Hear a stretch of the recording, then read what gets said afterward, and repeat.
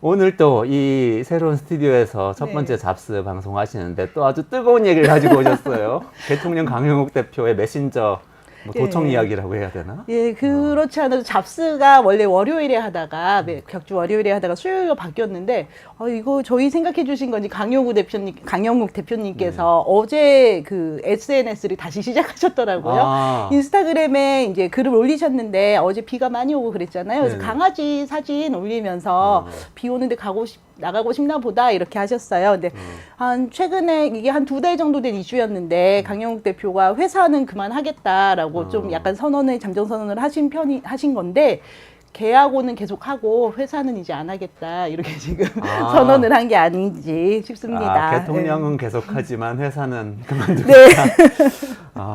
근데 이게 사건이 핵심이 사실은 회사와의 관계였잖아요. 그러니까 네. 처음에는 뭐 직원들 괴롭힘 사건이 있다 이런 뭐 고발이 들어오고 이랬는데 나중에는 많은 부분이 또 본인이 해명도 하시고 그런 다음에 네.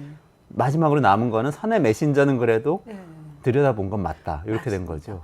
그러니까 그 여러 가지 논란이 있다가 말씀 주신 것처럼 결론적으로 깔때기처럼 사내 메신저 문제가 지금 남아 있는 건데요. 그 경과를 잠깐 말씀드리면 네네. 그리고 그 전에 올해 상반기에는 특히 하이브와 어도어 간의 분쟁도 그랬고 보든 컴퍼니가 전현직 직원들과 이 사원과 대표가 이렇게 좀 다툼이 있었던 것도 그렇고 약간 사내 이슈를 갖고 구성원들끼리 붙는 게 많았던 것 같아요. 근데 저희가 이제 잡스 코너를 하는 이유가 우리 경제가 재무적으로나 뭐 생산 관리 쪽으로 할 수 있는 건 진짜 다 해봤다. 그래서 이제 남은 기회가 엔저에 투자를 한다든지 아니면 근데 그거는 말씀하신 대로 일본이 어떻게 잘해줘야 되는데 그게 지금 확신이 없다면 그렇다면은 이제 저희가 조직 구성원들 사람들에게 서로 잘해줘야지 이제 우리가 마지막 경제 저력의 효율을 끌어올릴 수 있다. 이런 생각 때문에 저희가 잡스 코너를 매주 주제를 바꿔가면서 하고 있는데요. 사실은 그래서 최근 그 상반기에 나타나는 이슈는 우리가 그래도 좀 봐야 될 곳을 보고 있지 않나라는 생각이 들어서 좀 안도 되는 부분도 있습니다. 근데 하이브 어도어만큼 이것도 또 복잡한데요. 사실은 어떤 이제 게시판에서 그 채용 게시판에서 강영욱 씨가 운영하던 보든 컴퍼니의 직원이 거기가 너무 직장 내 괴롭힘이 많았다라면서 여러 사례를 올렸습니다. 뭐 명절 선물을 그 개 배변 봉투에 넣었다라든지 아니면은 감시를 당하고 있다, CCTV가 설치돼 있다 이런 폭로들이 있었어요. 제가 사실은 저희 기획취재부에서 서울신문 기획취재부가 직장 내 괴롭힘을 좀 취재를 하고 있었습니다. 올해가 직장 내 괴롭힘 법이 제정된 지 5년이 되는 해여서 그래서 하고 있었는데 그때마다 느꼈던 것이 이게 되게 맥락이 있는 사건들이다. 그러니까 완전히 나쁜 사람, 완전히 착한 사람이 있다기보다는 직장 생활을 할 때 여러 가지 분쟁들이 아주 극한까지 가는 그 직업 문화가 우리가 좀 잘못되어 있는 부분이 있다라고 생각을 했어요. 그렇지만 그때도 강영욱 씨 회사에 관한 폭로가 나왔을 때 제가 저 대통령 되게 좋아했는데 방송도 많이 봤는데 실망이에요라고 얘기를 하니까 저희 취재원 중에 한 분이 이런 사건은 그렇게 보지 말고 스팟을 보지 말고 맥락을 봐야 된다라고 다시 한번 말씀을 주시더라고요. 그러니까 무슨 말이냐면은 직원들의 폭로가 제가 어느 날 배변 봉투에 든 명절 선물을 받았습니다라는 스팟. 그다음에 제가 어디서 옷을 갈아입는데 CCTV 그게 그랬습니다. 제가 월급을 못 받았습니다라는 스팟을 다 설명을 하는데 단편적인 사실에 대한 거죠. 근데 그 전후 사정이 어땠었는지, 어떤 근로 계약을 했는지, 거기가 어떤 공간이었는지에 대한 컨텍스트가 없이 스팟이 나왔다는 거예요. 그래서 그럴 때는 물론 언론에서도 주목을 하고 모두 그 얘기를 하지만 판단은 조금 유보하는 것도 방법이다라는 말씀을 주셨었는데 실제로 그 뒤에 조금 보니까 그 강영욱 씨 부부가 기자회견을 해가지고 이제 맥락을 설명을 했잖아요. 그러면서 지금은 어쩌면 이 대표 쪽에 편이 드는 분도 계실 것 같고 그렇더라도 직원들에게 그 스팟으로 한 행동은 잘못이다라는 또는 그 맥락을 믿을 수 없다라는 분들도 계실 것 같아서 어느 정도는 좀 다들 입장이 정리가 되어 있을 것 같아요. 그렇지만 이게 말씀드렸던 대로 완전히 깔때기처럼 딱 내려온 부분은 메신저. 메신저죠. 사내 메신저를 어떤 어떤 이유에서든 그리고 그것이 보일 수 있도록 시스템이 설정이 돼 있다고 해도 과연 대표가 그런 사적인 대화를 보일 수 있는가? 이 부분이 문제가 됐고 실제로 지난달에 시민 330여 명이 이 부분에 대해서 강영욱 씨 부부를 고발을 했습니다. 형사 고발한 거네요. 네, 그렇습니다. 그렇군요. 그러면은 이렇게 메신저를 들여다보는 게 예를 들면 법률적으로 보면 지난번에 나와서 설명해 주신 것 중에 네. 어떤 감청을 했을 때 내가 들어가 있는 대화를 어도어 민희진 대표 네. 얘기할 때 하셨죠. 내가 들어가 있는 방에서 뭐 네. 그때 방에서는 민희진 캡처해서 대표, 공개하는 건 괜찮고. 그러니까 민희진 대표도 기자회견을 할 때 왜 캡처한 거를 엄청나게 카톡 캡처를 막 보여주면서 얘기를 했잖아요. 네. 근데 거기에는 민희진 대표가 들어가 있는 대화여서 제가 그때 그러니까 하이브에서는 제3자 간의 대화를 감사를 통해서 얻은 것을 공개했기 때문에 이것보다는 내가 참여한 대화를 공개한 민희진 씨가 법적으로 오히려 유책이 적을 수도 있을 것 맞아요, 같다라고 맞아요. 말씀을 그렇게 드렸었는데요. 말씀하셨죠. 네네네. 이거는 사실은 완전 법적인 거는 아니고 제가 이제 건너서 좀 추론을 섞은 건데요. 왜냐면은 형법상으로는 저희가 녹음을 해가지고 뭐 녹취를 따고 할 때 제 목소리가 들어가 있으면은 형법상으로는 그게 불법이 되지 않는다라고 보는 겁니다. 감청에서는. 네네. 근데 제3자가 얘기하는 거를 몰래 녹음을 해가지고 뭐 그 공개 여부까지 그거 제가 잘 모르겠는데 근데 그거가 이제 감청이 되는 정보통신망법 위반이나 감청이 된다고 해서 형법상 책임을 묻는다는 거예요. 그래서 메신저도 어쨌든 대화라고 치면은 그래도 내가 참여한 대화라면은 그것은 조금 더 유책이 줄어들지 않을까. 근데 제3자끼리 한 대화를 하는 건 정말 말 그대로 몰래 보는 거기 때문에 그것은 더 문제가 될 것 같습니다.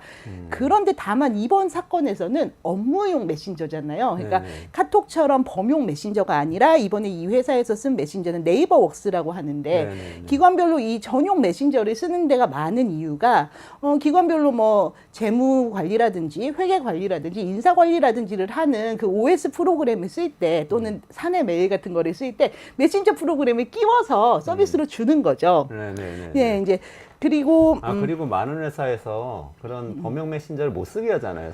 사내에서 일할 때 외부하고 연락 못 하고 직원들끼리만 연락해라 네. 이런 취지로 네. 그러죠. 그리고 이게 정말 법적으로 매우 강하게 돼 있는 곳이 정부 기관이잖아요. 맞아요, 그래서 맞아요. 정부 기관 같은 경우는 아예 내부망을 따로 쓰고 외부망을 따로 쓰는데 카톡은 외부망에 있으니까 안에서 메신저로 뭐 서류 같은 거 왔다 갔다 하고 지금 부장님 나가셨어요. 뭐 이런 거 살짝 얘기해 줄 때 쓸 수 있는 그 매체로 사내망에 있는 메신저를 쓰잖아요. 네네, 맞아요. 저도 공직 생활할 때 네. 너무 답답했어요. 카카오톡 너무 못 쓰게 해가지고. 기자들도 너무 힘듭니다. 카톡으로 보내드리면 메일로 다시 보내주세요. 이렇게 맞아요. 오시거든요. 네, 맞아요. 근데 이제 그런 곳에서도 그 공직사회에서도 그 내부망을 가끔 압수수색을 할 때가 네. 있어요. 지금 그냥 기억나는 건 기획재정부도 한번 그 내부망을 메신저를 압수수색 당하고 뭐 좀 그랬었거든요.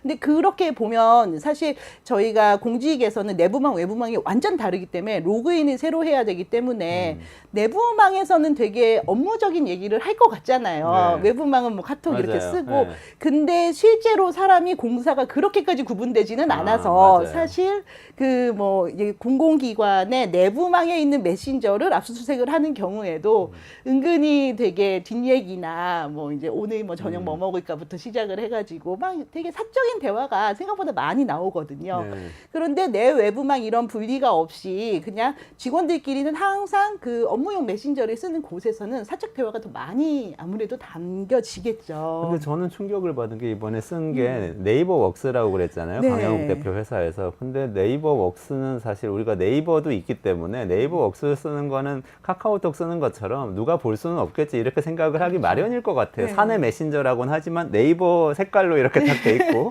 그렇죠. 근데 이거를 허니 사장님이 들여다보신다고 생각하면 그렇죠. 굉장히 그거 상처받을 것 같아요. 저라도. 그것도 이제 그 기자회견에서 밝히신 바에 따르면은 그거를 막 내가 보겠다고 한 게 아니라 내부망에 쭉 보다 보니까 메신저 열람 기록이 전체 메신저 열람 기록이 좀 모여 있었다라는 거잖아요. 아, 그런 거였나요? 네, 그래서 이제 보다 보니까 거기 아들의 이름이 나왔고, 그래서 이제 궁금하니까 더 보다 보니까 사실은 보지 않았으면 더 좋았을 내용, 보면 그냥 기분 나쁜 내용들, 그런 내용들도 많이 보고, 그러다 보니까 그걸 보고 좀 감정적으로 직원들이 대했다. 이제 이 부분에 대해서 얘기를 하셨습니다. 그러면 네이버웍스의 기본 기능에 그 관리자가 볼 수 있는 기능이 있나 봐요? 예, 디폴트 기능이 그렇답니다. 그래서 이번에 이 사실이 알려지기도 하고 또 사람들이 이제 관심이 많아지면서 많은 곳에서 취재도 하고 또 내용도 파악하고 하다 보니까는 이번 사건 덕분에 조사가 된 거죠. 그래서 네이버의 네이버웍스,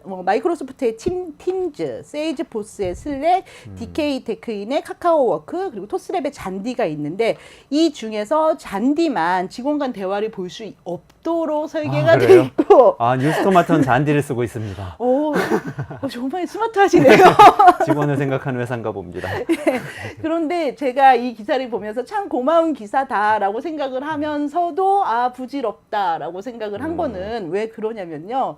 이 메신저는 사실은 직원들끼리 투표를 해서 우리 오늘부터 이 메신저를 씁시다가 아니라 회사에 입사를 하면은 회사에서 이미 쓰고 있는 그 OS에 맞춰가지고 또는 그 툴에 맞춰가지고 저도 그냥 그 메신저를 써야 되는 거잖아요. 그래서 사실은 이건 직원들이 이 메신저가 어떻다라고 해도 할 수 있는 행동은 거기에 최대한 회사 욕하지 말고 뭐 가급적이면 우리 상무님은 너무 멋있는데 어떻게들 생각하세요? 뭐 이런 차라리 이런 거를 하고 뭐 이런 자기 행동에 조심을 해야지 이거를 계약 관계를 바꿀 수도 없고 사실은 참 직장인의 비애가 보이는 부분이기도 합니다.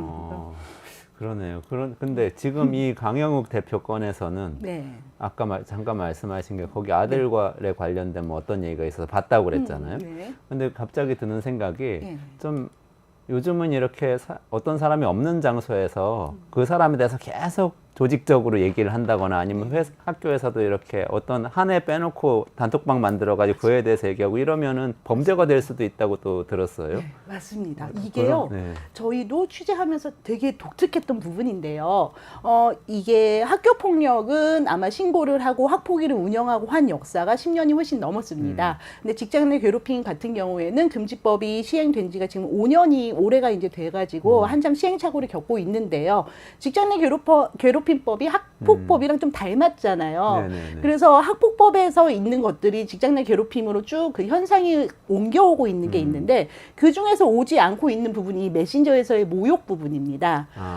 학폭에서는 저희가 디지털 괴롭힘, 디지털 왕따라고 해가지고요. 그래서 만일에 메신저를 쓸 때요. 그러니까 이 학생, 특정 학생을 빼고서 다 뭐 반에 단톡방을 만들었다 이러면은 디지털 왕따가 되고요. 그리고 거기에서 누군가의 욕을 했다 또는 심지어는 어떤 친구에 대해서 걔가 이렇게 행동한 거를 봤어라고 그런 거를 전달하는 것도 불리한 내용을 전달하는 것도 메신저에서의 모욕이라든지 아니면 학교 폭력이 될 수가 있습니다.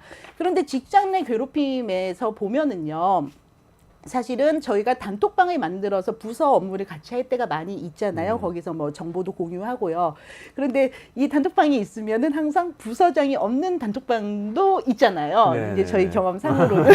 그러니까 예를 들면 뭐 기획취재부 단톡방 그렇죠. 있는데 네. 기획취재부장님 없는 네, 기획취재 부장 뺀 부원 단톡방 있잖아요. 그래서 저도 이제 팀장도 해보고 회사에서 부장도 해보고 하면은 한참 얘기하다 그럼 이건 이렇게 해볼까 했는데 계속 대답이 오다가 대화가 뚝 끊길 때가 있어요. 그럼 부서장 없는 단톡방이 열렸구나 이러면서 이제 하고는 하는데 이제 거기에서 보통은 그런 뭔가 부서장에게 바로 말할 수 없는 얘기들을 건전하게 대화를 나눌 거라고 믿고 있지만 부사장님 거기서 칭찬하고 있을 수도 있어요. 나 뜨거워서 그 자리에서 그래, 못하는. 이렇게 유출해서 잘못 보내고 막 부장 있는 방에 잘못 보내고 해야 될 텐데요. 그런 경우도 많잖아요. 잘못해서 많죠. 부장님 계신 방에 많죠.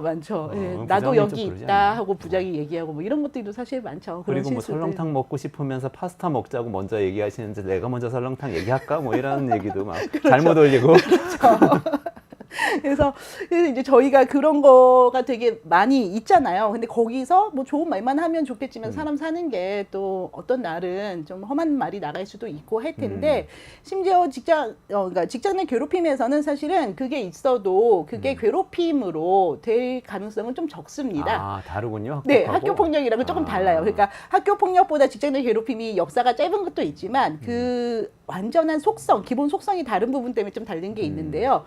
왜냐하면 직장 내 괴롭힘에서는 우위성이라는 개념이 있어가지고 좀 더 권력 관계에서 우위에 있는 사람이 괴롭힘의 그 주체가 되는 거예요. 그래서 후배 직원들이 나는 설렁탕이 먹고 싶어 설렁탕 해도 부장이 아니야 파스타 먹자 하면은 안 되잖아요. 그러니까 숫자가 많아도 부장이 우위성이 있다고 보는 겁니다. 그런데 팀장이나 부장을 뭐 어떤 이 사람이 업무를 못하도록 수적으로 우리는 이거에 다 반대 의견을 내서 이 업무를 못하게 하자 뭐 이런 식으로 수적 우위성이 입증이 될 때는 그때는 괴롭힘이 아마 될 수 있을 거예요.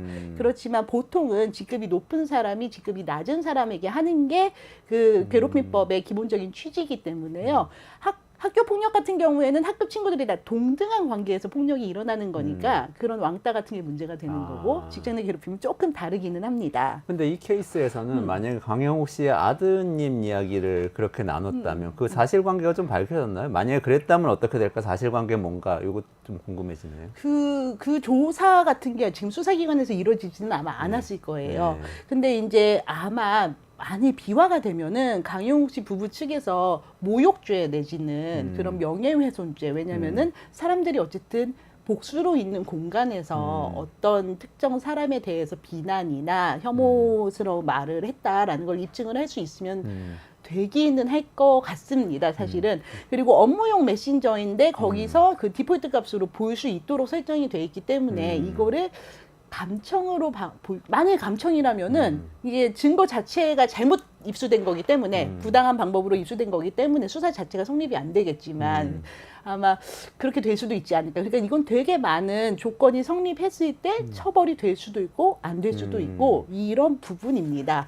그럼 두 가지 얘기가 있는 거죠. 메신저를 들여다봤다. 그러니까 사장이 직원의 메신저를 들여다봤다는 문제하고 우리 직원들이 거기서 업무하고 관련된 얘기를 한 게 아니고 약간 개인에게 모욕이 될 수 있는 이야기를 하고 있었다. 두 이슈가 지금 부딪히고 있는 거네요. 예, 약간 그렇습니다. 저희가 메신저로 직원들 사생활을 훔쳐봤다가 이건 되게 고의로 훔쳐봤다가 그 처벌을 받은 분이 유명한 분이 계십니다. 양진호 회장이라고 예전에 그 웹하드 업체 운영하면서 그분이 좀 직장에서 이제 출근한 상태에서 사무실에서 뭐 직장인, 그러니까 회사 직원의 그 뺨을 때린다든지 이런 장면들이 좀 방송돼가지고 저희가 좀 되게 많이 놀래고 충격을 받았었죠. 그리고 사실은 직장 내 괴롭힘 법도 별칭으로 양진호법이라고 불리는데요. 그 이유가 이게 2013년부터 직장 내 괴롭힘법 또는 직장 내에서 인권을 보장하는 법을 만들자라는 움직임이 있었는데 계속 국회 계류되다가 국회 회기 만료되면은 폐기되고 하다가요. 양진호 씨 사건이 너무 많은 충격을 줘가지고 양진호 씨 사건 이후 몇 달 만에 여야 합의로 이 법이 통과가 됐습니다. 그래서 계류됐던 법이 사실은 그분의 되게 충격적인 모습으로 이게 그렇게 됐어요. 근데 양진호 씨가 되게 많은 혐의를 지고 있고 이분이 지금 아마 수감 중이실 텐데요. 되게 혐의가 많아가지고 그래서 사실 횡령 배임이라든지 뭐 그 직원 폭행이라든지 되게 많이 있는데 그 중에 하나가 도청 프로그램을 깔아가지고 그 직원들의 스마트폰을 감청하고 그 다음에 뭘 하는지를 다 본 거 그 혐의가 있었습니다. 그래서 이분이 2012년부터 직원들이 도청을 하고 이렇게 해서 이분은 그게 2018년 사건이었는데 이분이 적발된 게 지금까지도 수감 중이세요. 그러니까 감청이라든지 이런 게 매우 중대한 범죄는 맞습니다. 그러네요. 그럼 사내 메신저를 들여다본 것도 상당히 중대한 범죄가 될 수도 있다. 범죄가 될 수도 있는데 그렇지만 업무상으로 받고 그리고 이것은 업무용 메신저다. 그러니까 그때는 사실 휴대전화 전체를 사용자가 해킹을 한 거니까 이거는 완전한 누가 봐도 범죄인 거고요. 그런데 지금 이것처럼 우리가 업무 편의를 위해서 이거를 한다라는 게 또 있고 또 하나는 그러면은 메신저를 볼 수 있도록 디폴트 값을 설정한 이유가 사실 궁금하잖아요.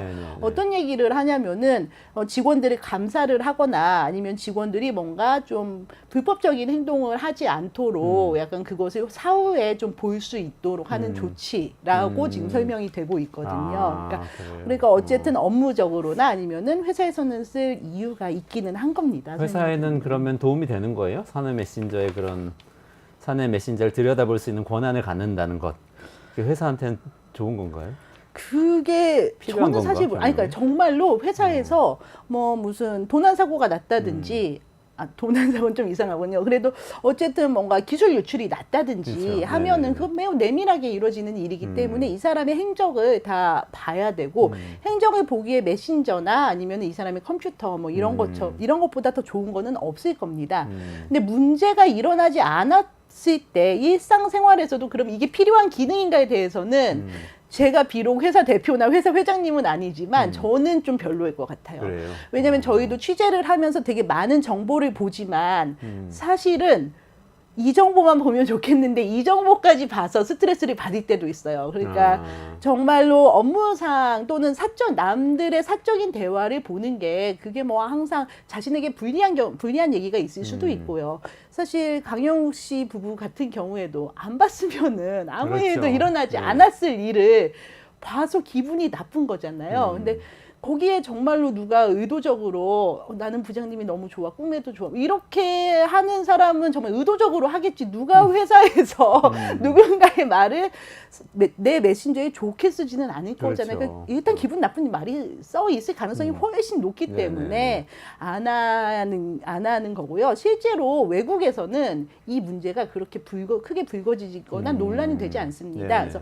그러면 외국은 이런 프로그램이 없기 때문인가? 그거는 아니에요. 외국도 역시 외국도 되게 기업 보안이 철저하고 그렇지만 기본적으로 사용자가 별다른 이유 없이 자신의 호기심만으로 직원들의 이걸 보는 것에 대해서 비윤리적이라고 생각을 하기 때문입니다. 그러니까 기업에서 윤리를 여러 가지로 따질 수도 있겠지만 그냥 다들 기업에서는 어쨌든 특별한 몇몇 분을 빼고는 하급직에서부터 시작을 해서 올라가게 되잖아요. 그러면은 그때 그 기억을 잊지 말고 내가 어렸을 때 싫었던 거는 나도 하지 말자. 이거 정도가 사실은 상급자의 기업 윤리라고 보면은요.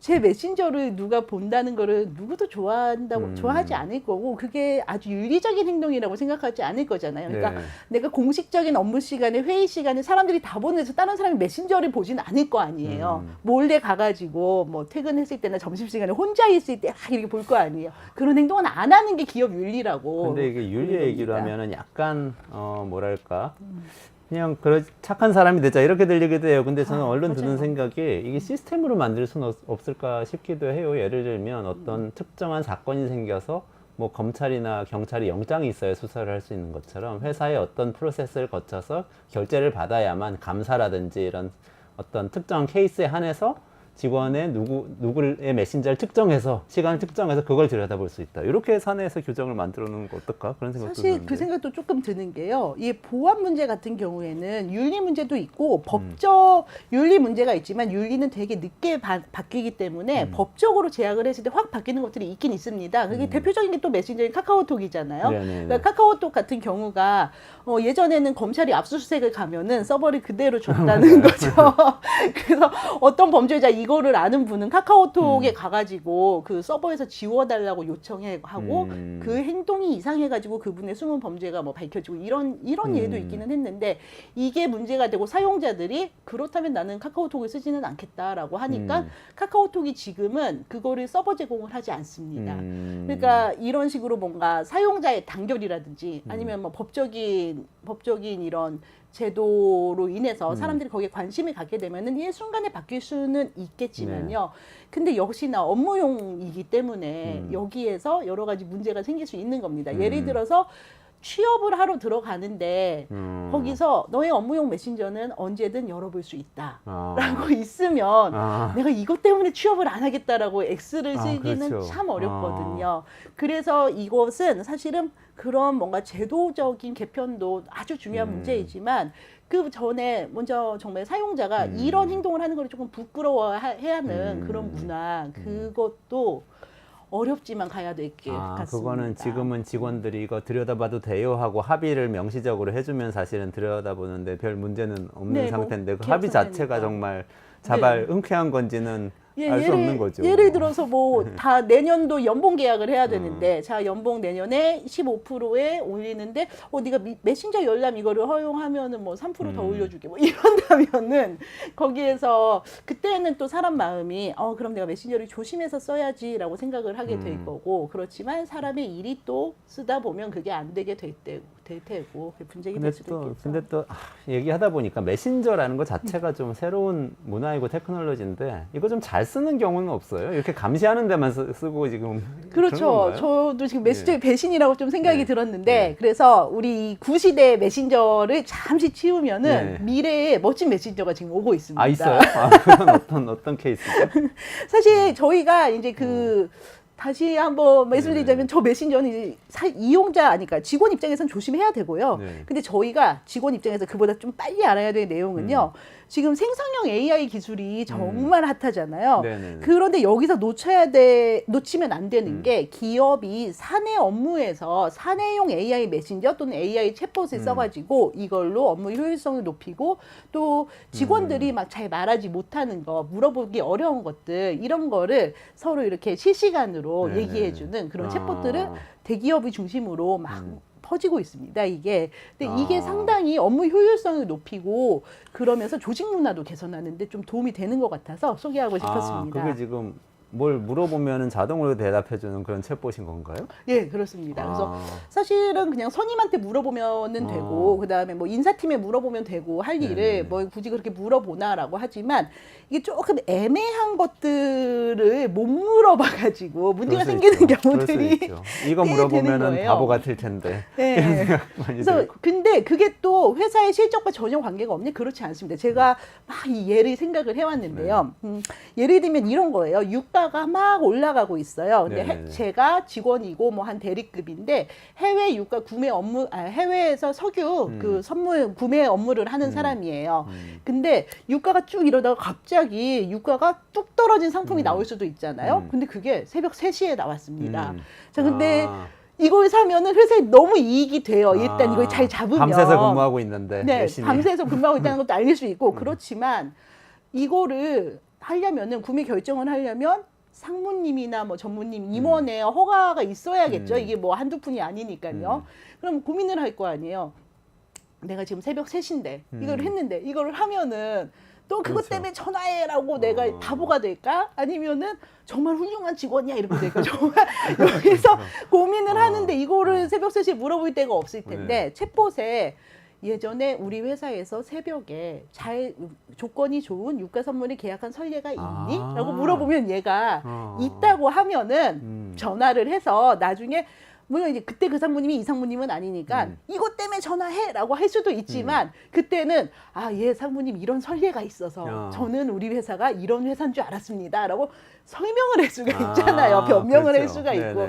근데 이런 부분들 그러니까 생각해 보면은 이런 암묵지라고 할까요? 회사에서 경험으로 알거나 아니면 도제식으로 배웠던 부분을 저희가 잘 전수가 안 되는 부분도 많고 그런데 챗봇에 우리 회사 고유의 문화라든지 우리 회사 고유의 업무 처리 방식이 넣음으로써 회사의 정체성을 가져가면서 업무 효율도 높일 수 있는 방법들이 계속 나오고 있는 거죠. 그거 좋네요. 그러니까 예를 들면 지금 같은 경우는 챗 GPT에다가 많이 물어보시는데 그렇게 물어보면은 다 공개된 자료만 학습해가지고 얘가 대답을 해주잖아요. 근데 우리 회사 내부에만 있는 자료가 있잖아요. 그걸 학습시켜서 AI 챗봇으로 만들면 딱 우리 회사에 특화된 답을 하겠네요. 그렇죠. 그리고 그 회사의 윤리를 높이는 방법이 여러 가지가 있었지만 대기업들이 하는 걸 보면 예를 들어 뭐 신한은행은 신한웨이라고 그런 거를 보는 삼성은 뭐 파란피 뭐 이렇게 해서 자기들끼리 하는 그 문화들이 있잖아요.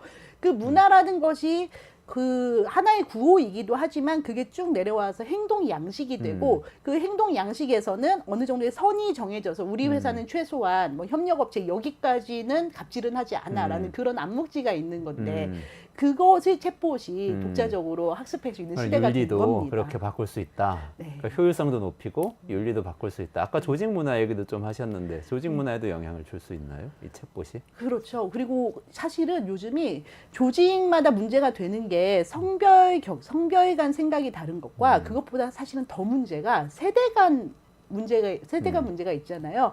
그래서 예전에는 후배와 선배가 얘기를 하고 회식을 하면서 이건 이렇게 하는 거야. 그 부장님한테는 이렇게 해야 되는 거야. 라고 가르쳐 주던 게 사실은 거의 다 없어졌다고 보면 됩니다. 그러니까 비형식적인 학습이 사실 없어진 건데요. 그 부분을 챗봇이 대체할 수 있을 것 같습니다. 그리고 오히려 반대로요. 이걸 물어봐도 돼? 이걸 내가 궁금해하는 게 맞아?라고 하는 부분이 챗봇에서 나오면은 그렇다면 아 물어봐도 되는구나라는 생각을 좀 역으로도 할 수 있고요. 다만 여기서도 문제는 있습니다.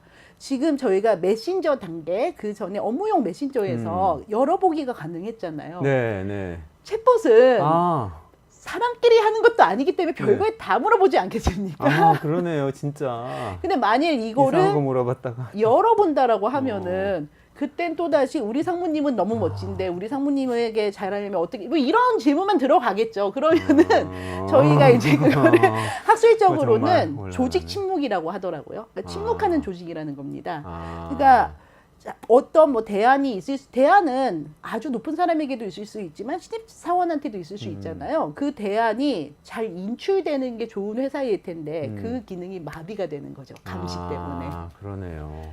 아, 저는 사실 예전 기억이 있어요. 제가 삼성경제연구소 출신이거든요. 그때에 어떤 신입사원이 네. 이런 사건이 있었어요. 사내 메신저, 그때 삼성 메신저가 있었는데 네. 지금 S봇이라는 그 챗봇 훨씬 이전의 메신저예요. 와, 역시 앞서가네요. 이재용을 검색해봤더니 네. 이재용이 있는 거예요. 그래서 어떤 신입사원이 그냥 네. 메신지 보냈어요. 근데 오. 삼성 안에서는 막 네네네. 이 신입사원과 회장님과의 거리는 그냥 막 그렇죠. 7단계, 8단계 네. 건너서 평생 못 만나는 사이거든요. 메신저로 점심 네. 드셨습니까? 이렇게 오. 인사를 했다는 게 온 삼성의 직원들한테 캡처본이 막 다 돌아다닌 와. 거예요. 아, 이렇게 지금 신입사원들이 와. 변했다 그러고 답도 왔어요. 답이 왔다고요? 네, 네. 답은 네, 잘 먹었습니다.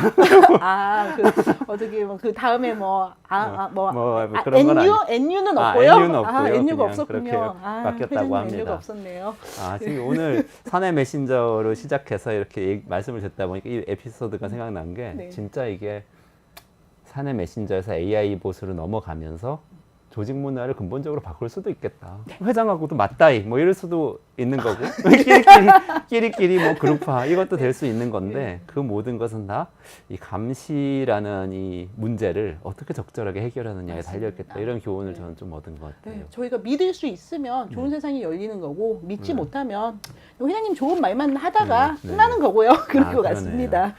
네, 오늘 여기까지 좀 진행해야 될 것 같은데요. 네, 홍희경 기자하고요. 우리 사내 메신저 강형욱 대통령 이 씨의 이 사건으로부터 시작된 이 문제로부터 시작해서 요걸 어떻게 잘 활용해서 기업에서 효율성도 높이고 또 조직 문화도 더 나은 방향으로 바꿀 수 있을지 되게 흥미로운 이야기 들었습니다.